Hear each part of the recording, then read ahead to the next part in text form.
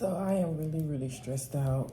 I'm at work, as you can see. I do not record at work, but I'm stressed out. I just need to talk about it, get it off my chest. Like, my nerves are so bad. And if you're my employer and you see this, then you just got to understand. If not, then you don't. But it's on you. Like, oh my gosh, I can't even function. Like, my brain is not working. So, long story short, I did not want to be bothered last night, so I put my phone on Do Not Disturb. Right, and if you've been following me, you probably know exactly where this is headed. So I put my phone on Do Not Disturb, and when I do that, the only people that can still contact me is my probation officer, of course, because obviously, and my man, right? So I didn't want to be bothered, and I put my phone on Do Not Disturb. And when my probation officer does a curfew check, she knocks, well, she calls me, and she's like, she'll always call me and be like, hey, are you home? And I'm like, yeah. And she'll be like, well, you know, I'm like 2 minutes out, or I'm at the door, or whatever. So I'm like, okay, cool. So I go to sleep, wake up this morning, I get to work, I check my phone. I have a text message from a probation officer. And I'm like, what? And they're like, you know, call me. And this was at like 11:30 last night. I was asleep. I get up super early because I open. So I go to sleep early because I get up super early. So I was asleep, and then I checked. I'm like, oh, snap. And it was like, call back. So I look at my call log, and I had 6 missed calls from this probation officer, right, at 11:30. So obviously I'm going to think you was doing a curfew check. Like, that's, what else would you be calling me for? So I'm like, oh, fuck. So I call, and it rings. They don't answer. It was like 6 o'clock this morning.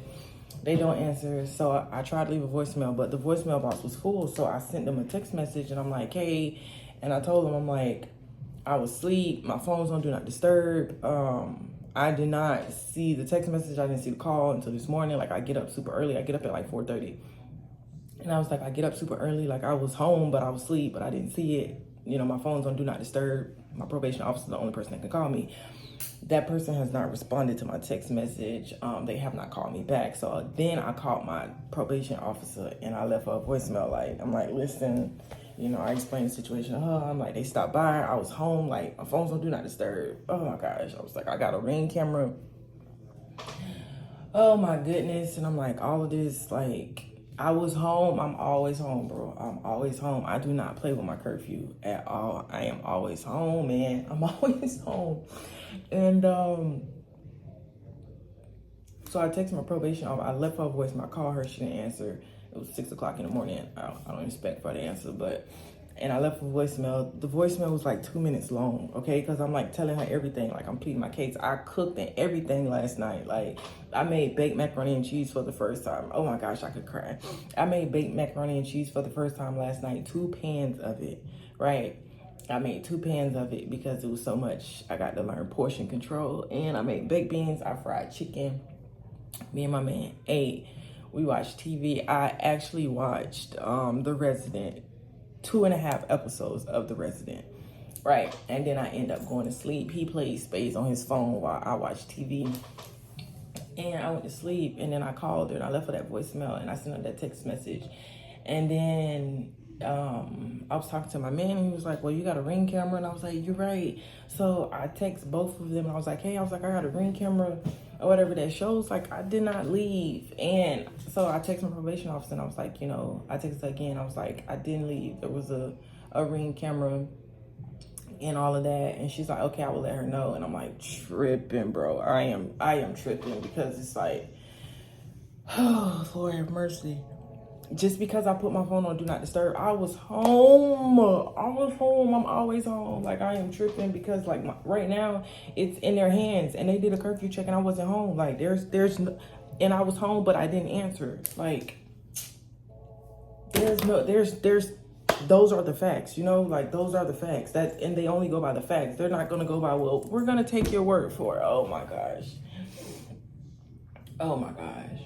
And it's what? Today is Wednesday, a random Tuesday, you know, like, oh my goodness. I got PTO coming up. Like, I have no plans. Oh, freak me, bro. Like, I'm tripping. And there's cameras in my apartment complex. I've told y'all that I've switched property managements. Like, So there's cameras to my door, and then there's cameras in the parking lot, like, you know, that can see my car, and it can see the little sidewalk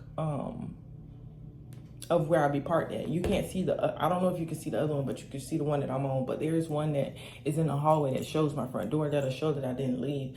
And I've been trying to find, I've never been able to contact this property management before. And the person that I deal with, I call, her phone went straight to voicemail.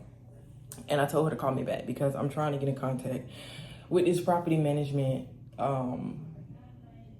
so that I can have access to their cameras, like, or I can send my probation officer to have access to the cameras, or the post, like, whoever, like, we need to see the cameras, because, like, they need to see my front door. Like, bro, I'm tripping. It's just like, bro, y'all stay out of trouble, because it is literally not worth it. I put my phone on do not disturb, bro.